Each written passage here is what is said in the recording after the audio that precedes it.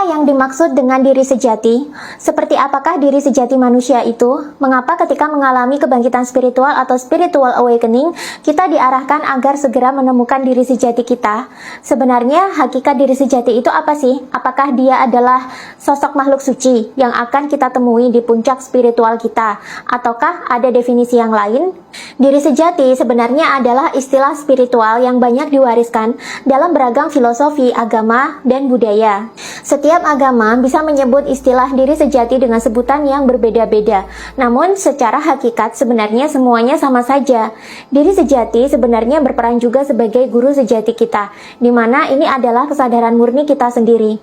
Di mana dengan kesadaran murni kita ini, kita bisa memetik pelajaran dan hikmah dari setiap detik kehidupan, sehingga kita menjadi manusia yang bertumbuh bijaksana dan hidup selaras dengan hukum-hukum alam. Sekarang kita akan melihat bagaimana tradisi dan agama-agama yang berbeda mencoba mendefinisikan diri sejati ini. Yang pertama, diri sejati dalam filosofi Jawa kuno. Di Jawa kuno, sebenarnya hakikat diri sejati ini sudah disandikan dalam huruf Jawa Hanacaraka. Dalam barisan huruf-huruf awal, yakni Hanacaraka, inilah letak hakikat diri sejati manusia. Ho itu artinya Tuhan atau sumber kehidupan. No itu artinya ada. Co itu artinya cipta atau pikiran. Ro itu artinya rasa atau jiwa. Ko itu artinya karso atau tubuh. Barisan awal huruf Hanacaraka ini sebenarnya memiliki arti sebagai berikut.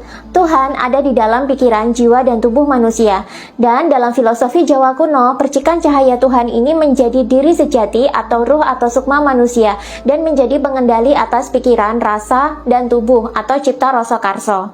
Manusia yang sudah sadar tentang diri sejatinya itu artinya dia sudah sadar bahwa dia adalah pengendali bagi pikiran, jiwa, dan tubuhnya sendiri. Sehingga dalam setiap kehidupannya dia selalu eling lan waspodo atau sadar dan berhati-hati. Orang seperti ini disebut sebagai orang yang sadar atau Jawa, dan mereka yang sudah menemukan hakikat ini disebut sebagai telah menemukan diri sejatinya. 2. Diri sejati dalam tasawuf atau ma'rifat. Dalam ilmu tasawuf, penjelasan mengenai diri sejati ini diuraikan secara detail oleh Syekh Abdul Qadir Al-Jailani dalam kitabnya Sirrul Asrar. Pada mulanya, sebelum alam semesta ini tercipta, yang ada di semesta ini hanyalah kekosongan. Tuhan lantas menciptakan Nur Muhammad sebagai cikal bakal seluruh makhluk ciptaan di semesta. Nur Muhammad ini adalah cahaya yang merupakan citra Tuhan. Cahaya atau Nur Muhammad ini bersih dari segala kegelapan yang menghalangi Jalalullah atau Zat Allah. Nur Muhammad ini juga adalah pena Tuhan yang berfungsi untuk mengalirkan pengetahuan dari Allah sebagai sang sumber hidup ke manusia. Dan Nur Muhammad ini adalah inti dari alam semesta atau ciptaan yang pertama dan merupakan pokoknya. Lalu Allah menciptakan roh suci manusia yang diambil dari percikan-percikan Nur Muhammad ini tadi.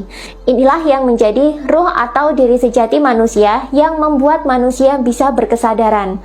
Ruh manusia yang merupakan percikan cahaya dari Nur Muhammad ini disebut sebagai ruh qudsi.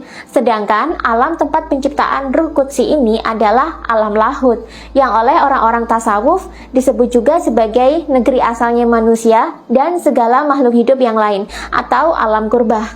Ini adalah alam di mana ruh manusia masih suci, murni, tidak tertutup kekotoran dan tidak tertutup oleh hawa nafsu. Kemudian, ruh qudsi ini diturunkan ke dimensi alam fisik dan menjadi intisari jasad. Tubuh manusia berikut pikiran dan perasaannya kini menjadi hijab bagi ruh qudsi ini tadi.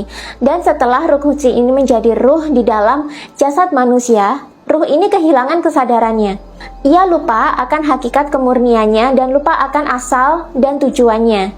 Nanti ketika sudah dewasa, seiring dengan perkembangan pengetahuan dan spiritual manusia, manusia bisa dengan sendirinya mengingat kembali apa hakikat diri sejatinya. Ketika itulah manusia menjadi tersadarkan kembali tentang jati dirinya dan ia menjadi khalifah di bumi yang juga menjalankan fungsi sebagai utusan Tuhan dalam mengelola dan menjaga keseimbangan alam. Yang ketiga, diri sejati menurut filosofi Siwa Buddha. Siwa Buddha adalah agama resmi di era kerajaan Hindu-Buddha dulu, kurang lebih sejak zaman kerajaan Mataram kuno hingga ke era kerajaan Majapahit. Siwa Buddha sebenarnya adalah perpaduan antara agama Hindu Siwa, di mana penganutnya ini lebih berfokus menyembah Dewa Siwa sebagai dewa pelebur yang dipadukan dengan agama Buddha dari aliran Mahayana atau aliran Tantrayana. Di zaman dulu, masyarakat lazim mempelajari spiritual agama Siwa Buddha dari rontal-rontal yang ditulis oleh para pujangga yang sudah memiliki tingkatan spiritual yang tinggi. Dulu banyak sekali rontal-rontal kuno yang memuat ajaran-ajaran spiritual dari pujangga. Salah satunya adalah rontal yang berjudul Sang Hyang Nawaruci dan Sang Hyang Tatwacenana. Dua manuskrip kuno ini menjelaskan hakikat dari diri sejati manusia. Menurut kedua rontal tersebut, diri sejati manusia disebut sebagai Atman atau ruh manusia. Namun, saat manusia lahir, Atman ini berada dalam kondisi acetana atau tidak sadar dan dibalut dengan maya atau ilusi. Kehidupan, pikiran, jiwa, dan tubuh manusia adalah kenyataan sekaligus ilusi bagi Atman. Puncak dari spiritual dalam Siwa Buddha adalah membersihkan Atman dari maya atau ilusi ini tadi, sehingga secara bertahap Atman bisa mendapatkan kesadarannya kembali atau cetana, sehingga Atman atau diri sejati manusia bisa sadar dan mengerti apa asal dan tujuan dia hidup, bisa tahu dan sadar bagaimana posisi dia di dunia ini, bisa mengendalikan dirinya sendiri dan bisa sekaligus bertindak sebagai penyampai pesan-pesan Tuhan selama hidup di dunia. Atman sendiri sebenarnya berasal dari Atmika Tatwa atau hakikat ruh, di mana Atmika Tatwa ini adalah percikan dari Batara Sadasiwa. Batara Sadasiwa sendiri adalah penyebutan Tuhan dalam agama Siwa Buddha, dan Atmika Tatwa merupakan cikal bakal seluruh kehidupan di alam semesta ini, serta menjadi cikal bakal ruh segala makhluk hidup. Pemahaman Atmika Tatwa ini mirip dengan pemahaman Nur Muhammad dalam tasawuf Islam. Inilah sebabnya kenapa dulu agama Islam diizinkan untuk disebarkan di Nusantara di era kerajaan Hindu-Buddha. Karena memang dua agama ini memiliki pemahaman spiritual yang sebenarnya sama. Yang keempat, diri sejati menurut filosofi Linggayoni di agama Hindu.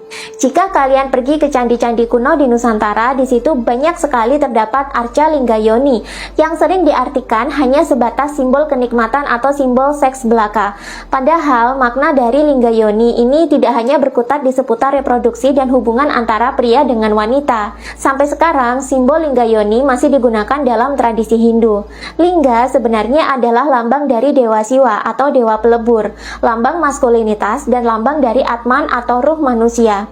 Yoni yang feminin adalah simbol dari energi, kekuatan, kecerdasan, dan kesadaran si Atman, atau disebut juga sebagai simbol Shaktinya Atman. Ini adalah representasi dari energi Kundalini yang berperan dalam membantu Atman untuk membersihkan segala ilusi atau maya atau kotoran, sehingga Atman bisa menjadi murni dan bisa sadar kembali.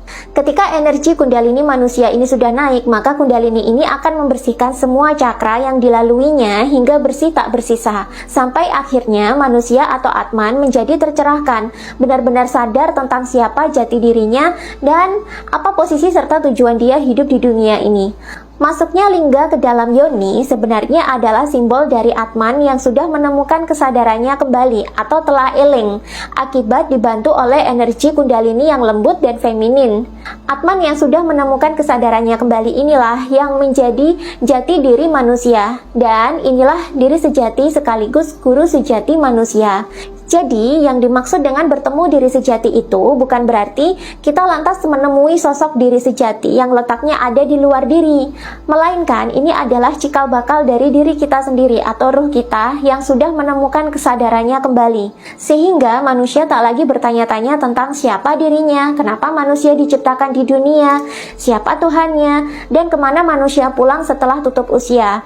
Ketika Atman atau ruh sudah menemukan kesadarannya kembali, segala pertanyaan tadi akan diperoleh jawabannya dengan sendirinya.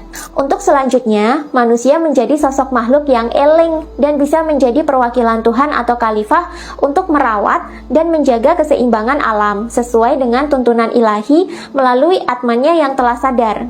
Selengkapnya tentang diri sejati, tentang bagaimana manusia bisa menemukan hakikat diri sejatinya, dan bagaimana implementasi diri sejati ini dalam kehidupan sehari-hari akan saya bahas lebih lengkap dalam online class di tanggal 15 dan 16 April besok. Bagi kalian yang berminat untuk hadir, segera cek deskripsi video untuk informasi selengkapnya dan untuk mendaftar. Dan segera amankan seat kalian sekarang karena kelas ini terbatas dan belum tentu akan saya adakan lagi di bulan-bulan berikutnya karena saya juga mau berfokus pada pekerjaan lain selain content creator. Jadi mumpung masih ada, segera manfaatkan kesempatan ini. Cek deskripsi video untuk informasi selengkapnya.